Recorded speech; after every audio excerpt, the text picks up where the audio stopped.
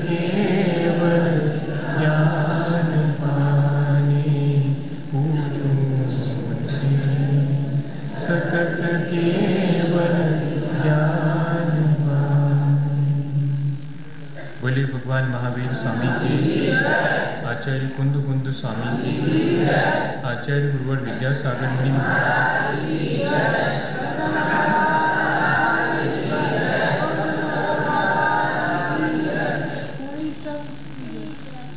हम सभी लोगों ने पिछले दिनों इस बात पर विचार किया है कि अपने जीवन को अच्छा बनाने के लिए ये भी ज़रूरी है कि हम अपने जीवन के अंत को भी भला बनाएं।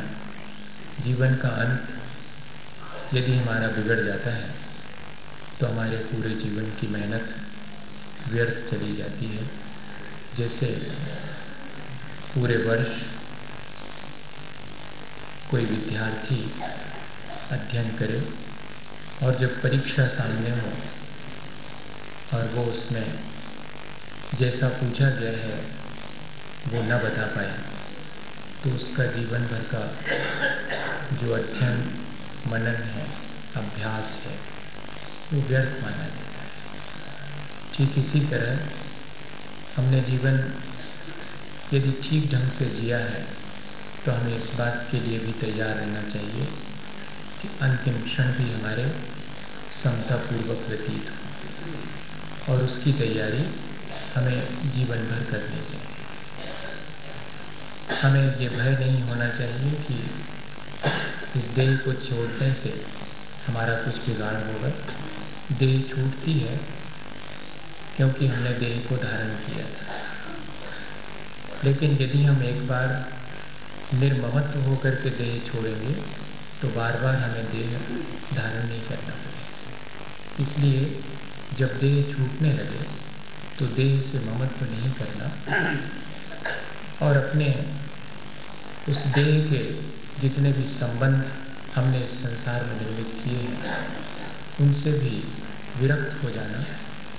अपनी देह की सुख सुविधा के लिए हमने जो भी बाह्य सामग्री इकट्ठी करी है वो तो हम अपने साथ ले भी नहीं जा पाएंगे, वो यहीं छूट जाएगी। तब उसके प्रति भी महत्व लेकर के क्यों जाए? जब जो चीज़ साथ में नहीं जाने वाली है तो उसके प्रति आसक्ति को लेकर के जाना ये तो ठीक नहीं है। ऐसा हम सदा विचार करते रहें तो ही आखिरी समय ये विचार दृढ़ता से हमारे काम में आ सकेगा। सूर्य उगता है और अस्त होता है, सनराइज और सनसेट। कहीं भी ये नहीं लिखा कि सन बर्थ और सन डेथ, है ना। सनराइज एंड सनसेट, वो कल फिर उगेगा। सूर्य का प्रकाश आज लुप्त हुआ है हमारे यहाँ पर, वो अन्यत्र कहीं अपना प्रकाश दे रहा है। ठीक ऐसे ही हमें अपने जीवन के बारे में भी जानना चाहिए कि यदि मृत्यु हुई है तो वो सिर्फ शरीर की हुई है। मेरी मृत्यु शरीर की मृत्यु से कोई संबंध नहीं रखती। मैं शाश्वत हूँ, मैं अन्यत्र कहीं जाकर के और फिर नई देह धारण करूँ, क्योंकि अभी मैंने ऐसा कुछ अभ्यास नहीं किया है कि मुझे बार बार देह धारण न करनी पड़े। इसलिए दूसरी बार देह मुझे धारण तो करनी पड़ेगी, पर मैं निरंतर उस देह के प्रति अपने महत्व को घटाता जाऊँ तो फिर एक दिन मेरे जीवन में ये भी आएगा कि मुझे वो देह नहीं मिली। इस तरह का जो अभ्यास जीवन भर करता है वो ही अपने जीवन के अंत में लिखा हुआ है कि किस तरह से और हम अपने जीवन के अंत में संलेखना या कि समाधि स्वीकार कर सकते हैं। उसके लिए आचार्य समंतभद्र स्वामी ने कई कारिकाएँ लिखी हैं। एक संलेखना का अलग से उन्होंने प्रकरण ही रत्नकरंडक श्रावकाचार्य में लिखा है। हम आज देखें कि वो जीवन के अंत में ली जाने वाली संलेखना की प्रक्रिया है। ये तो हमने जान लिया कि संलेखना कब लेनी चाहिए। उपसर्गे दुर्भिक्षे जरसिरुजायाम जनि प्रतिकारे धर्माय तनुविमोचनम आहु सल्लेखना माय। सल्लेखना अपने धर्म की और रत्नत्रय की रक्षा के लिए ग्रहण की जाती है। किन क्षणों में? जबकि कोई उपसर्ग आ गया हो जिसमें मरण निश्चित हो, दुर्भिक्ष पड़ गया हो जिसमें मरण निश्चित हो, बुढ़ापा जिसके बाद मरण निश्चित है, बुढ़ापा आ गया हो, या ऐसा कोई रोग जैसे किसी को कैंसर हो जाता है, अब उसका कोई इलाज अगर लास्ट स्टेज है तो संभव ही नहीं, शुरुआत की स्टेज में यदि डायग्नोस हो जाए, मालूम पड़ जाए तो फिर तो थोड़ा बहुत क्योर हो सकता है। लेकिन ऐसा रोग जिसका प्रतिकार संभव नहीं, सब में प्रतिकार शब्द लगा लेना, ऐसा उपसर्ग जिसका प्रतिकार संभव नहीं, ऐसा दुर्भिक्ष जिसका प्रतिकार संभव नहीं, ऐसा बुढ़ापा जिसका प्रतिकार संभव नहीं, ऐसा रोग जिसका प्रतिकार संभव नहीं, ऐसी स्थिति बन जाने पर फिर सल्लेखना ग्रहण की जाती है। आँखों की ज्योति कम हो गई, कानों से सुनना कम पड़ने लगा, शरीर शिथिल हो गया, भोजन किया नहीं जाता, भोजन बाहर फिकता है, अंदर ग्रहण नहीं होता, ऐसी सारी स्थितियाँ अगर जीवन में निर्मित हो जाएं। कर्मानंद जी हुए जो कि बाई बर्थ जैन नहीं थे, जैन धर्म का अध्ययन बहुत किया उन्होंने और सारे बातों से संतुष्ट थे, सिर्फ एक बात की कड़ी आलोचना करते थे कि जैनियों के यहाँ पर और बातें सब ठीक जान पड़ती हैं, लेकिन ये आखिरी समय अपने हाथ से मरने की प्रक्रिया नहीं समझ गए, ऐसा कहते थे। और सल्लेखना के बारे में उनकी धारणा अच्छी नहीं थी, हमेशा उसको क्रिटिसाइज ही करते थे कि ये सल्लेखना ठीक नहीं, इसमें तो अपने हाथ से मरण है। जबकि उसके बाद विनोबा ने उस प्रक्रिया को ठीक ठीक समझा और जैन नहीं होने के बावजूद भी अपने जीवन के अंत में भले ही विधिवत सल्लेखना ना ली हो, लेकिन सल्लेखना की प्रक्रिया को जो जैन धर्म की है वो अपनाया और आचार्य महाराज के पास समाचार भेजा कि मेरे लिए जीवन के अंत में कोई संदेश, कोई आदेश, कोई उपदेश अवश्य दे।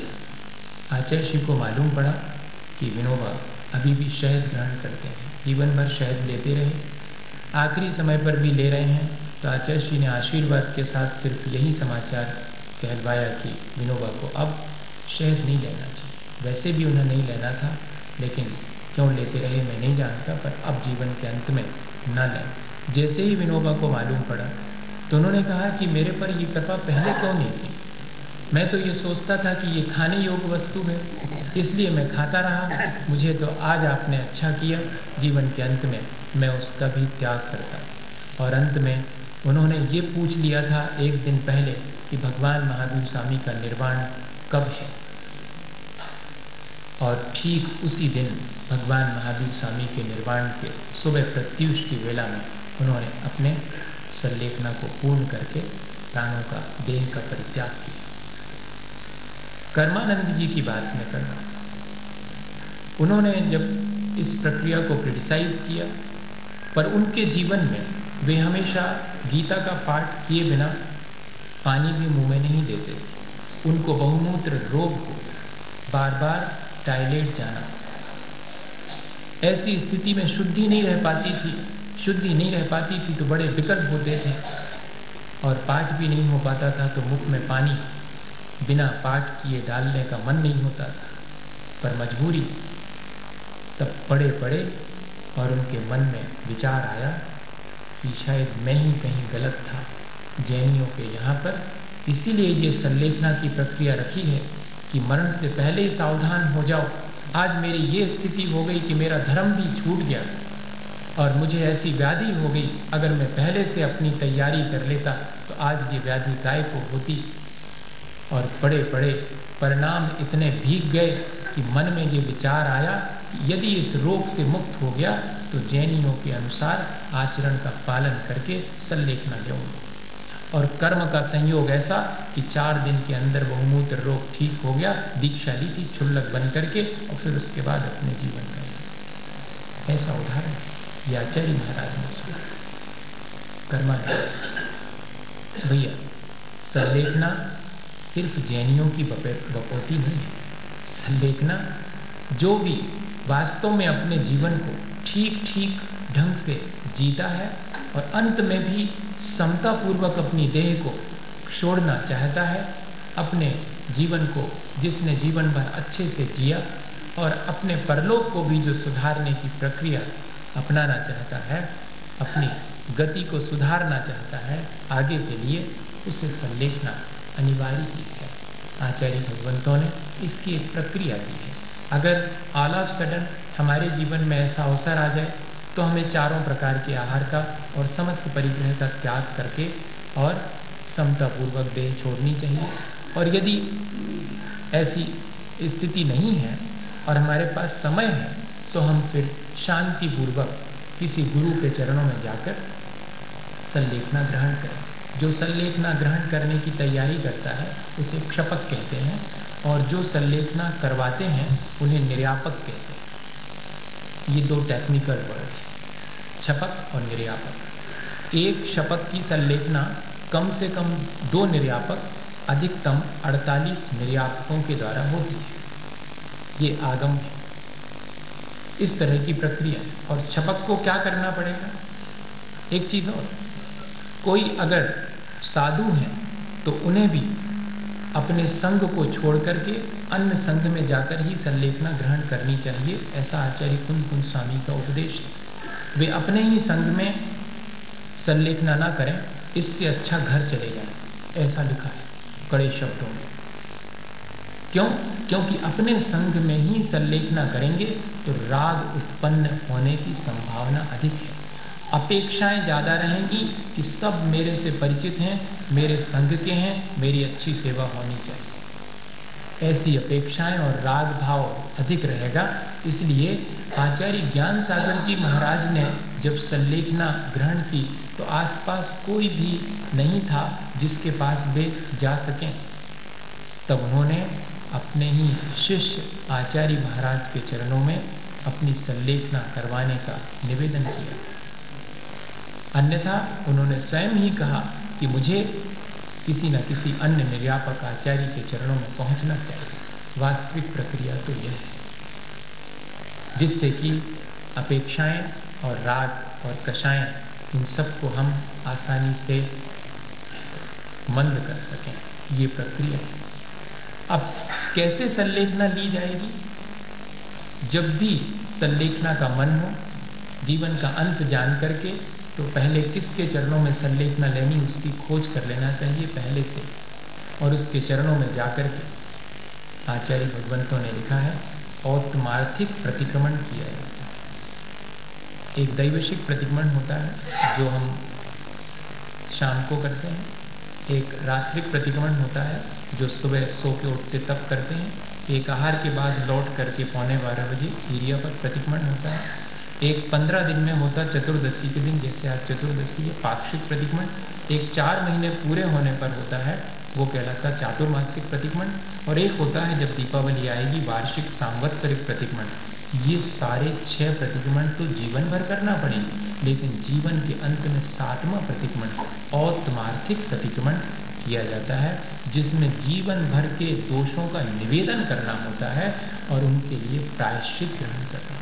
गुरु के समीप ये सबसे पहला काम। स्नेहम वैरम संगम परिग्रहम चापहाय शुद्ध मना स्वजनम परिजनमपिपा शांत्वा शमयेत प्रियैर्वचने आलोच्य सर्वमेन कृतकारित मनुमतं च एन निर्व्याजेन आरोप्येन महाव्रत मामरण स्थायी निश्शेष। ये 2 श्लोक आचार्य समंतभद्र स्वामी ने संलेखना लेने वाले के लिए प्रक्रिया बताने के लिए लिखे हुए। स्नेहम वैरम संगम चापहाय शुद्ध मन, अत्यंत निर्मल चित्त होकर सारे स्नेह संबंधों को, और इतना ही नहीं सारे बैर भाव को और समस्त संग अर्थात परिग्रह को छोड़कर अत्यंत निर्मल मन, क्योंकि ये चीज़ें इनके कांटेक्ट में रहने से हमारी निर्मलता भंग होती है, मलिनता आती है। इसलिए स्नेहम वैरम संगम चापहाय शुद्ध मन, अत्यंत शुद्ध होकर, और इतने ही नहीं स्वजनम परिजनम अपीचा, अपने संबंधी और अन्य जनों सबके प्रति क्षमयेत, इतना ही नहीं शांत्वा प्रिय वचने, अत्यंत प्रिय वचनों के द्वारा उन्हें क्षमा करना सबसे पहले, फिर उनसे क्षमा मांगना। हम दूसरे से क्षमा तो मांगते हैं पर उसे क्षमा नहीं करते, तब आधा अधूरा मामला होता है। इसलिए सबसे पहले सामने वाले को क्षमा करना, उसके प्रति क्षमा भाव धारण करना, तब जाकर प्रिय वचनों के द्वारा उससे निवेदन करना कि मुझे भी क्षमा करें, मेरे प्रति आप अपना मन, क्योंकि मैंने अपना मन आपके प्रति अब अच्छा कर लिया, तो आप भी अपना मन हमारे प्रति अच्छा कर लें, क्योंकि जीवन में अब विदा की वेला है। अब तो कहते हैं कि मरण के साथ क्या वैर, क्या शत्रुता रखना, इसलिए अब मेरे प्रति अपना मन खराब न रखें, आप मन को अच्छा कर लें। यह प्रक्रिया करते हैं और फिर आलोच सर्वमेनम, और जीवन भर जितने भी दोष किए हैं उन सब की शुद्ध मन से गुरु के सम्मुख आलोचना करना। जिंदगी भर दूसरे की आलोचना करते रहे हो सकता है, तब बहुत मुश्किल है कि अपनी आलोचना अपने हाथ से करने का मन हो। हाँ, जो दूसरे के कामों की आलोचना करता रहता है वो अपनी आलोचना कभी नहीं कर सकता। आसमंतात लोचनम उद्घाटयति इति आलोचना, जिससे हमारी आँख खुल जावे। वास्तव में आलोचना वो है, हम चाहते हैं कि दूसरे की आँख खुल जावे, दूसरे को आईना जिंदगी भर दिखाते रहे। अब कह रहे हैं कि आईने में अपना चेहरा देखो, कहाँ कहाँ कालिख लगी है पहुँचो, कहाँ कहाँ और लगने की गुंजाइश है उससे बचो। मन वचन काया तीनों के द्वारा अपने किए गए दोषों के निराकरण की प्रक्रिया करो। जब शुद्ध मन हो जावे तब फिर आरोप ये सर्वमेन महाव्रतम, और फिर समस्त अहिंसा, सत्य, अचौरी, ब्रह्मचर्य और अपरिग्रह, इन 5 महाव्रतों को धारण करो। यह प्रक्रिया संलेखना से पूर्व की है। जो व्यक्ति संलेखना लेना चाहे उसे स्वयं अपनी इतनी तैयारी जीवन भर तो नहीं ले पाए हो सकता महाव्रत, लेकिन अंत में महाव्रत लेने की ऐसी भावना भानी चाहिए। एक दिन भले ही मैं महाव्रत के साथ जीऊं, लेकिन मेरे जीवन में वो अवसर भी आवे जबकि मैं महाव्रतों के साथ फिर अपने जीवन में के अंत को प्राप्त कर सकूं। इस तरह की प्रक्रिया आचार्य भगवंतों ने लिखी है। इसके बाद फिर कहते हैं कि जो मोटा मोटा आहार है, खाद्य सामग्री है, उसको छोड़ो, क्योंकि उसके द्वारा शरीर में मल का संचय ज़्यादा होता है। शरीर को रिफाइन करना है और अपने चित्त को भी रिफाइन करना है। दोनों का को रिफाइन करने के बाद ही हम ठीक ढंग से शरीर को छोड़ पाएंगे। कितनी साइंटिफिक और कितनी लॉजिकल प्रक्रिया रखी है। मन को भी निर्मल बना के जा रहे हैं, और इतना ही नहीं, शरीर में भी कोई गंदगी संचित ना हो, इसका उपाय ताकि शरीर निरोग रहे। मरते समय अगर निरोग रहेगा तो आकुलता नहीं हो, अन्यथा ये शरीर आकुलता में कारण बन सकता है। इसलिए उसे भी रिफाइन कर रहे हैं। स्थूल आहार छोड़ दिया, मात्र दूध इत्यादि रखा, उसके बाद दूध भी छोड़ करके छाछ ग्रहण करी, छाछ के बाद फिर पानी, और पानी के बाद पंच नमस्कार मनाइए। अब पंच परमेष्ठी में अपना ध्यान लगाएं। आयु शेष रहने पर अगर कोई व्यक्ति पानी छोड़ भी देवे, साइंस का कहना है कि 90 दिन तक आसानी से जीवित रह सकता पानी का त्याग करने के बाद भी, लेकिन हड़बड़ी नहीं होनी चाहिए मरने की, और न जीने की आकांक्षा होनी चाहिए। ये कंडीशन निराकुल भाव से पड़ा रहे तो 90 दिन तक आयु शेष होने पर, और अगर आयु शेष नहीं है तो आप खाते पीते भी और मरण को प्राप्त हो सकते हैं। हाँ, अधिकांश लोग खाते ही खाते मर जाते हैं। दवाई खाते हो, सेलाइन ड्रिप लगाते लगाते ही निकल जाते प्राण। और आज की प्रक्रिया यही है। आज जो है, अगर बेटा इतनी सेवा माता पिता की ना कहे तो 4 लोग उलाहना देंगे, जबकि सच्ची सेवा ये है माता पिता की कि उनको धर्म ध्यान में आखिरी समय लगाना, उनके परिणाम संभलवा करके उन्हें संलेखना की तैयारी करवाना। सुखो पड़े इस पचड़े में, जाओ सो अपने हॉस्पिटलाइज कर दो, सुबह शाम फ़ोन से मोबाइल पे बात कर लेंगे, कैसी है तबीयत, सब देख रहे हैं, हाँ ठीक है, ड्रिप दे दी, इंजेक्शन दे दिया, कब तक मरे हैं, बस जावन नहीं पूछा। इंतजार रोज करते हैं। हाँ, पूछते तो कोई नहीं पूछता कब तक मरेंगे, लेकिन अभी कैसा है, अभी कोई चांसेस नहीं, अभी कोई चांसेस नहीं ठीक होने के, नहीं जाने के। अभी कोई चांसेस नहीं। ये क्या प्रक्रिया है? इस तरह तो हमें अपने जीवन को भी हमने शायद ठीक से नहीं जिया और आखिरी समय भी हम अपने हाथ से बिगाड़ रहे हैं। कोई नहीं बिगाड़ रहा हमारा जीवन, अपने हाथ से हम अपना जीवन बिगाड़ रहे हैं। वास्तव में प्रक्रिया यह होनी चाहिए, लेकिन इस प्रक्रिया को हम बिना समझे और कैसे जीवन में ला सकते हैं, इसलिए हमने सोचा कि अपन इस चीज़ को समझें। कोई बात नहीं, अपन अभी तक जो करते आए हैं वो ठीक नहीं था, अब हम अपने जीवन को इस पर हमारा जीवन वास्तव में अच्छा बन सकेगा। हमें इस बात का विचार नहीं करना चाहिए कि कौन करता है आज के समय में ऐसा। कोई तो नहीं कर पाता, सब तो फेल हो जाते हैं। आप इतनी कठिन कठिन बात बता रहे हैं, ऐसा नहीं है। एक युवक नाव में बैठा हुआ रोज इस पार से उस पार जाता था। एक दिन उसका बहुत पुराना मित्र नाव में आकर के बैठा और उसने कहा कि सुनो, पहले तो तुम्हारे पिता भी नाव में बैठा करते थे, अधिकांश समय तो वे ही चलाते थे। अब तो देखता हूँ कि ये जिम्मेदारी तुम्हारी ऊपर आ गई है, पिताजी नहीं आते अब। तो उसने कहा कि पिताजी तो रहे नहीं। अरे कब नहीं रहे, मुझे पता ही नहीं लगा, क्या हुआ था?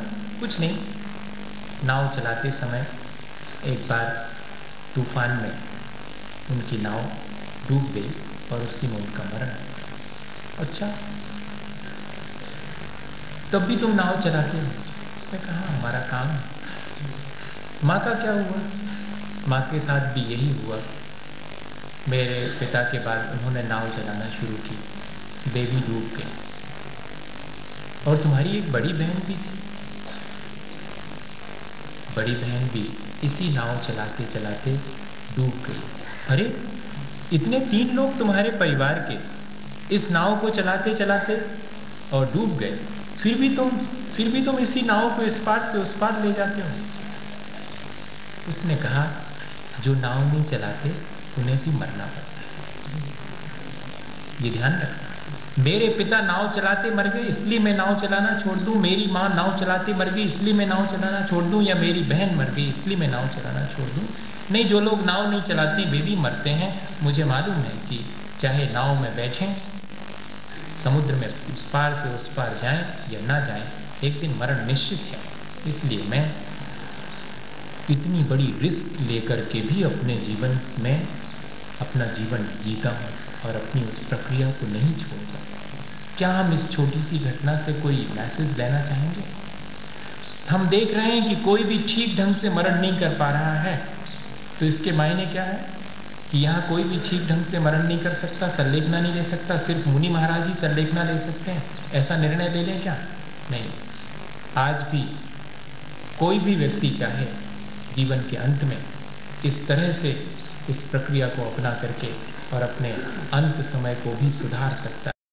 जीवन भर तो हमने जो कुछ किया है वो ठीक किया है, जानकारी में जैसा हमारी है वैसा हमने किया है, लेकिन अंत में ऐसा ना हो कि हम गाफिल हो जाएं या घबराहट में अपने प्राण छोड़ दें। मरने से पहले मरने का भय तो छोड़ ही देना चाहिए, मरना तो अनिवार्य है। लेकिन हम लोग मरने के भय से इतने ग्रसित होते हैं कि मरण बाद में आता है, हम पहले ही प्राण छोड़ देते। एक जगह पढ़ता था, उसमें लिखा कि अधिकांश लोग अपनी किसी शरीर की व्याधि से या अन्य किसी कारण से नहीं मरते हैं, वे तो मरण के भय से मरण आने से पहले ही अपने प्राण छोड़ देते हैं। अधिकांश लोगों के साथ कैंसर वाले लोगों को पैलिएटिव केयर एक सेंटर भोपाल में डेवलप किया गया सिर्फ इस बात के लिए कि उन्हें समझाया जाए कि मरण निश्चित है और ईश्वर ने तो तुम्हारे लिए, अब कैसे समझाएं उनको, तो ऐसे ही कहना पड़ता है। हालांकि ईश्वर इस तरह की बातों में कोई इंटरफियर नहीं करता, हाँ वो अपने आप में मस्त वहाँ बैठा रहता है, वो हमारा हिसाब किताब नहीं बनाता, उसको फुर्सत नहीं है। लेकिन कहने में यही आता है कि देखो ईश्वर ने तुम्हारे लिए और कितनी बड़ी फैसिलिटी दी है, तुम्हें इंडिकेशन दे दिया है कि अब तुम्हारा मरण आने वाला है। मैं तो सोचता हूँ कि कैंसर हो जाना एक वार्निंग है जीवन को संभालने की, रोध होकर के जीवन व्यतीत करने की नहीं है, बल्कि एक वार्निंग है, क्योंकि उसका इलाज नहीं है। जिन्होंने भी इलाज किया है वे भी कहते हैं कि 2, 4, 10 साल जी सकते हैं, बाकी नहीं जी सकते। इससे ज़्यादा नहीं। जब ये तय हो गया है कि मेरा मरण निश्चित है, तब मैं अपनी लाइफ स्टाइल क्यों ना चेंज कर लूँ। ऐसा नहीं है कि ऐसे उदाहरण नहीं है। एक श्वेतांबर भाई का उदाहरण है, मुझे उनका नाम तो याद नहीं है, और दूसरा गीता बहन जो कि विनोबा के आश्रम में थी। ये दो उदाहरण हैं कैंसर के, जिसमें कि लास्ट स्टेज, और एक तो मैंने बैंकॉक का नहीं अमेरिका का एक उदाहरण मैंने जब संगोष्ठी थी उस समय आपको सुनाई था कि उन्होंने किस तरह से प्रार्थना से 10 प्रेयर हील ऐसा करके डॉक्टर लारी डोसी ने, और जो कि वहाँ पर उसमें अपने पेशेंट को देख रहे थे, कैंसर पेशेंट को, और कैसे उसने प्रार्थना से अपना कैंसर ठीक किया था। ऐसे ही दो और हैं इस तरह की स्थितियाँ जो कि यहीं पर सन 74 और 73-74 के लगभग की घटना है कि कैंसर की लास्ट स्टेज में जब डॉक्टर्स ने कहा था कि अब जीवन तुम्हारा समाप्त होने को है, अगर तुम्हें ईश्वर को याद करना हो तो कर सकते हो। तब ईश्वर को याद न करके, और उन्होंने मालूम क्या करा, वो ईश्वर को तो मैं हमेशा याद करता रहता हूँ, अब मुझे इतना और करना चाहिए कि मेरा जीवन का अंत आ गया है, तो खम्मामी सब जीवानम सर्वे जीवा खमंतु में नेति में सौ रेसु वैरम मध्यम न केनहु। बस ये श्लोक दोहराते थे दिन रात, और पंच नमस्कार मंत्र, नमोकार मंत्र, ये दो चीज़ें रखी थी उन्होंने। और आप आश्चर्य करेंगे कि वे उसके बाद 15 साल तक जिए, लेकिन उन्होंने एक भी दिन इस प्रक्रिया को नहीं छोड़ा। जबकि कल और परसों जी जाएं ऐसा निश्चित नहीं था डॉक्टर्स की तरफ से, लेकिन वे रोज रोज इस बात का इंतज़ार करते थे कि हो सकता है कि कल मरना पड़े, इसलिए मैं पूरा दिन सब जीवों से क्षमा मांगने में बिताऊं और पंच परमेष्ठी का स्मरण करने में बिताऊं। और इस तरह वे ठीक हो गए और 15 साल तक जिए। गीता बहन विनोबा के आश्रम में जब मालूम पड़ा कि कैंसर हो गया है और लास्ट स्टेज में है, क्योंकि शुरू में तो डायग्नोज बहुत मुश्किल से होता है, जब स्टेज पार हो जाती तब समझ में आता है। अब ज़रूर बहुत ऐसे साधन आ गए हैं कि डायग्नोज होने लगा। मैं आपसे इसलिए ये बात कह रहा हूँ कि इस तरह की स्थिति हम लोगों के साथ बननी ही नहीं चाहिए।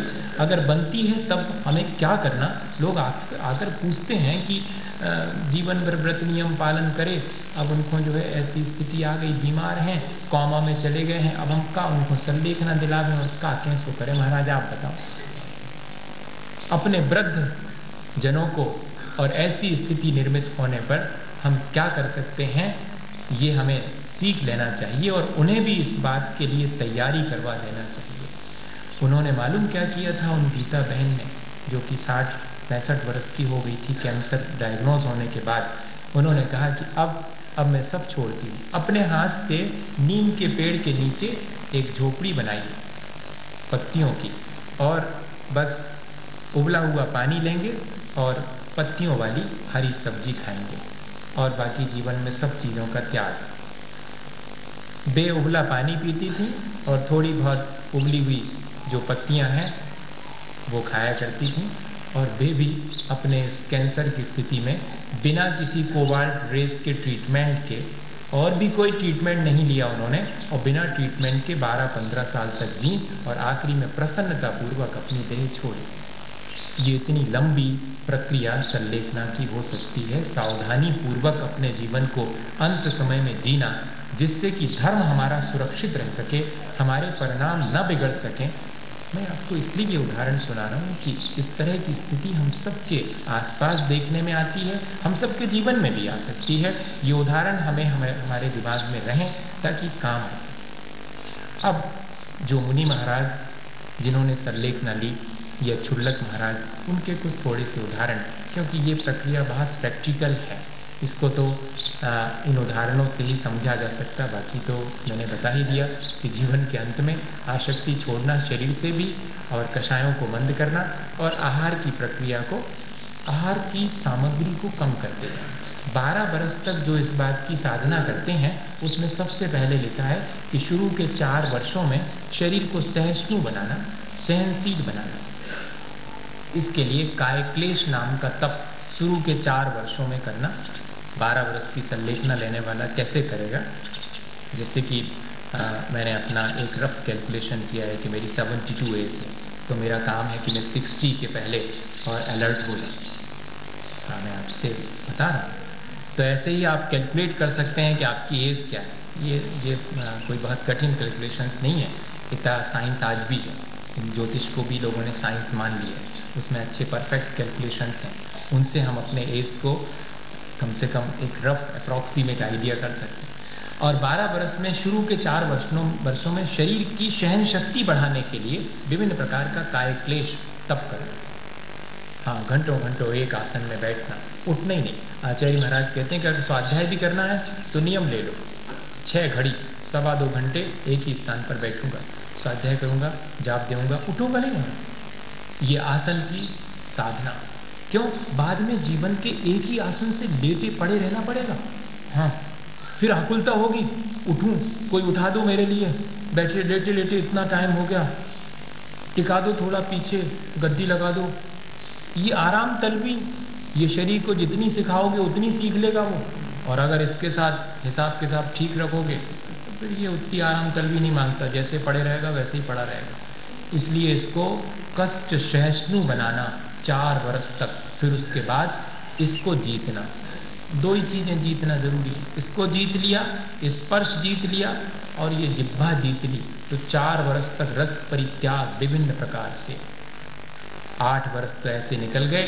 फिर अगले 2 वर्षों में आचाम्ल या निर्विकृति, छाछ इत्यादि या कि माड़, जो कि अपन चावल बनाते हैं तब उस समय निकलता है, वो उसमें थोड़ा बहुत चावल भी है और माड़, वो अकेला पी करके 2 वर्ष निकाल दिए। पूरा क्लीन हो जाएगा एकदम सिस्टम भीतर का। और निराकुल अवस्था भी, निर्विकृति, क्योंकि रस जो है विभिन्न हमारे अंदर जाते हैं तो हमारे मन को विकृत भी करते हैं। हाँ, इस निर्विकृति इसलिए उसका नाम रखा हुआ है, छाछ को निर्विकृति कहा। और अब 10 वर्ष हो गए।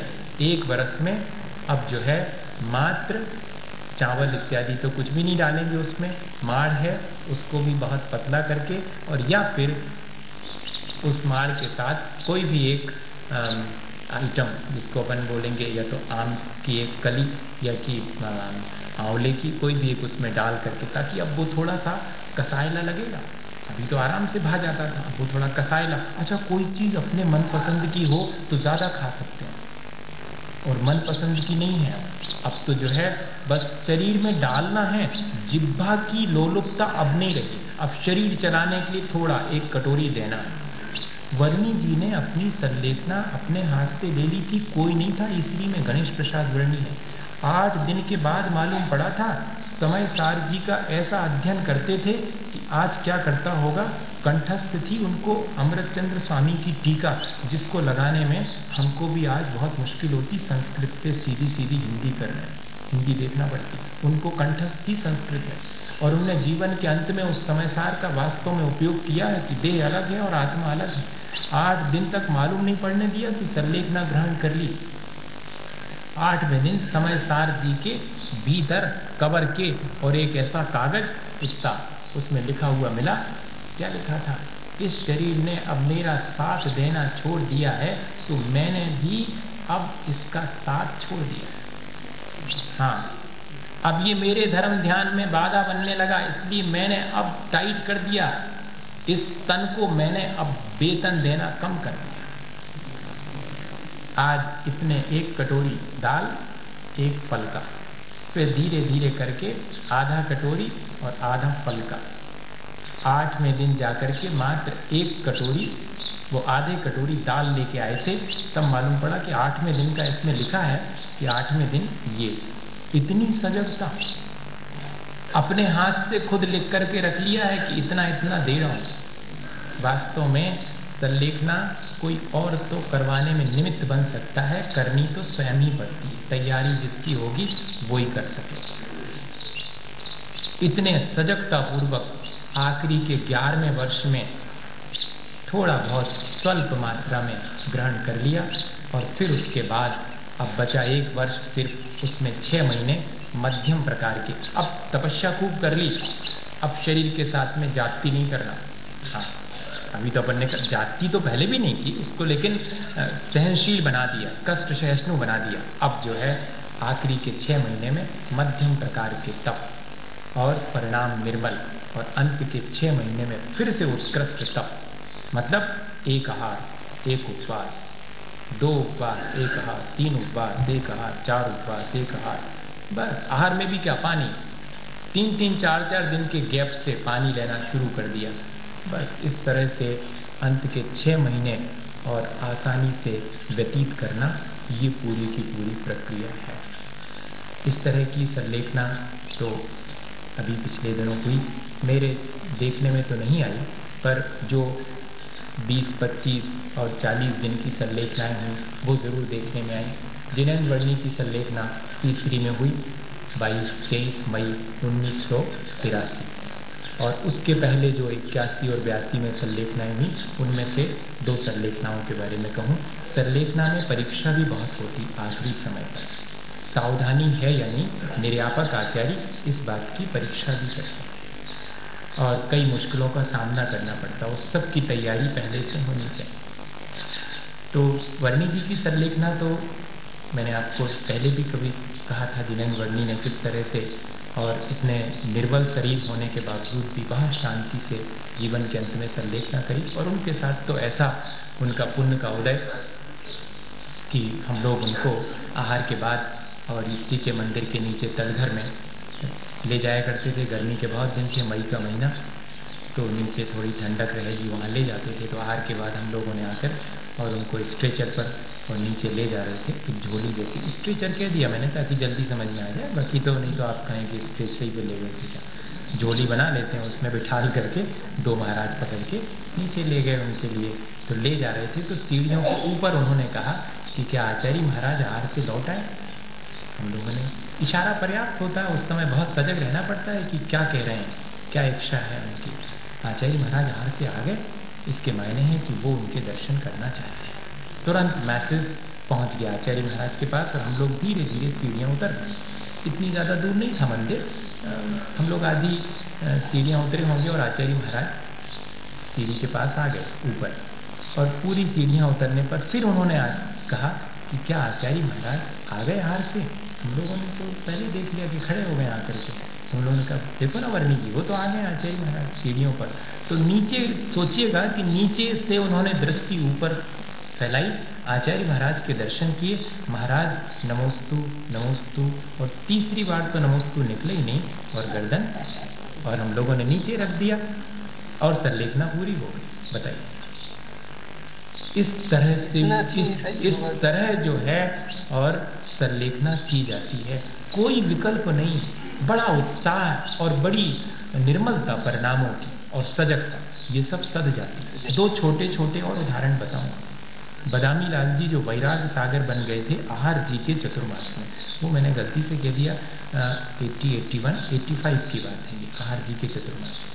तब वहाँ पर उन्होंने 4 महीने लगभग साधना करी और उसके बाद अंत उनका समाधि पूर्वक हुआ।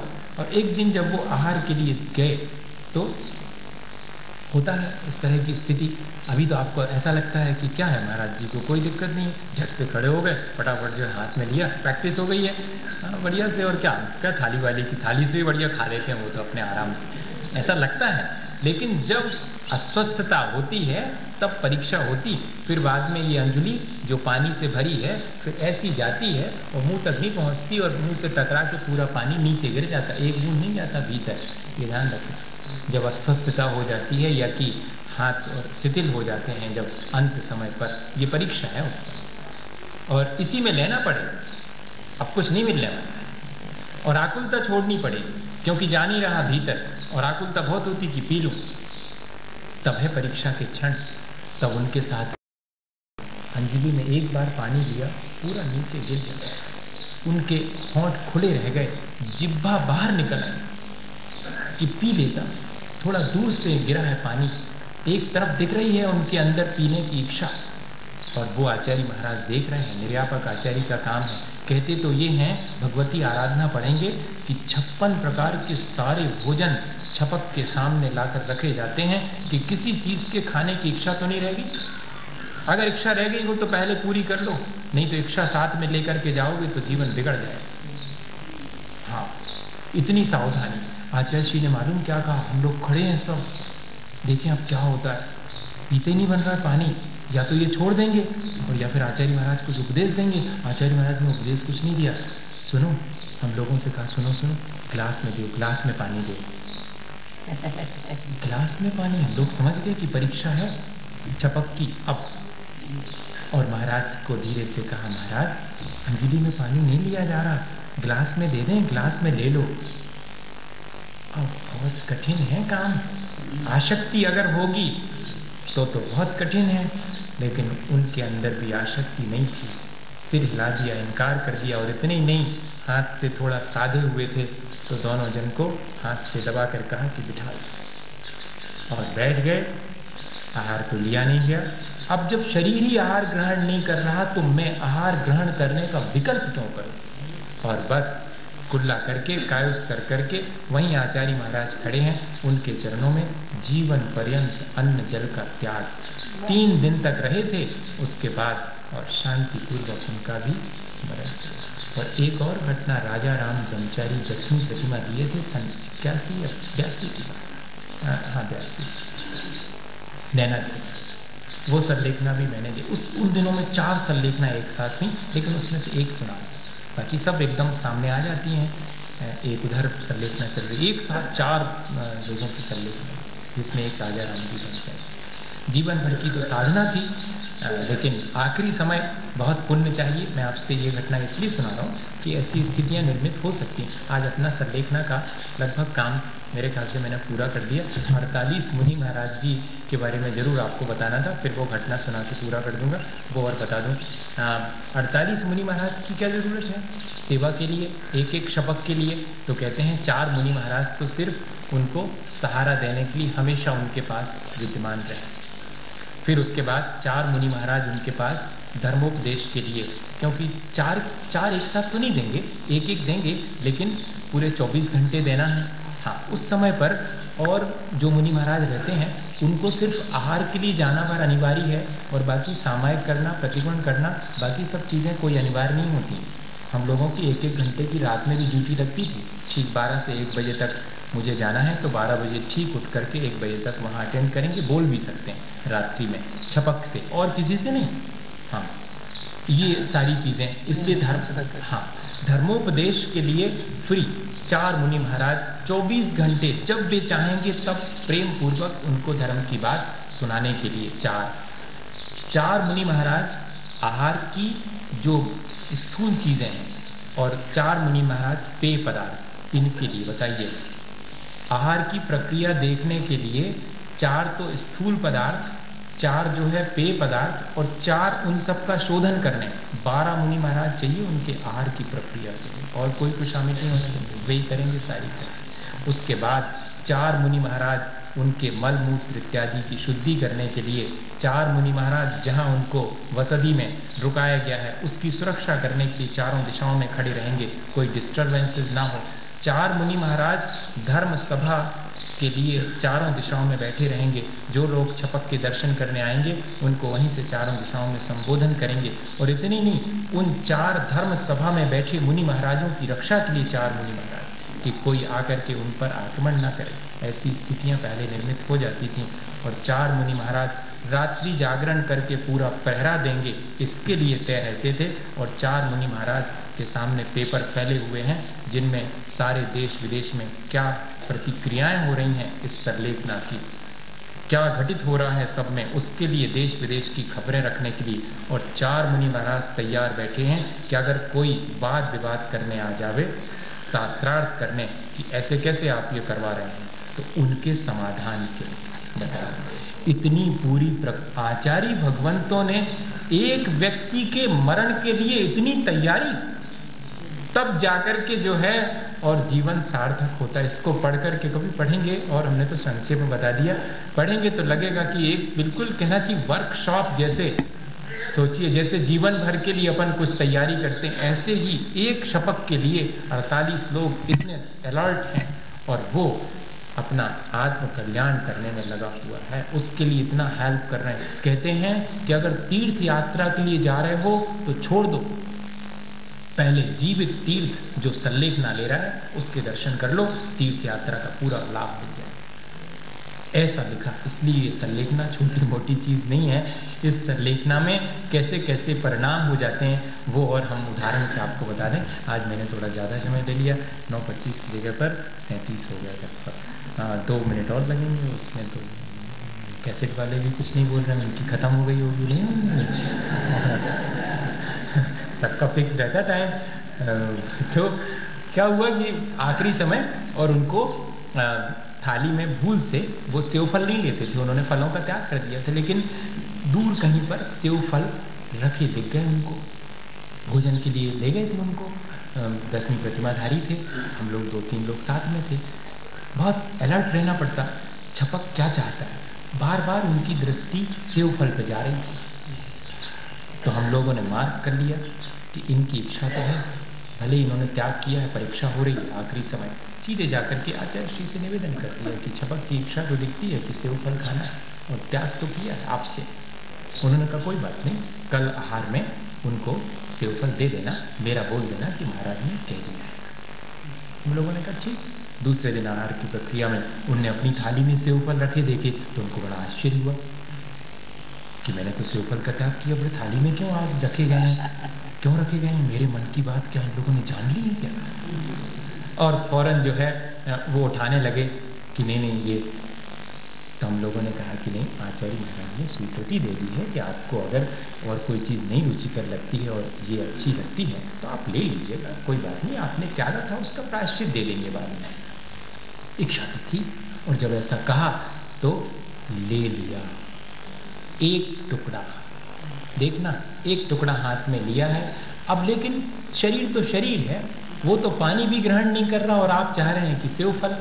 खाया ना खाया बराबर, थोड़ा सा मुंह में गया, थोड़ा नीचे गिर गया, मुंह में से भी आधा धूधा नीचे टपक गया और खाया नहीं गया।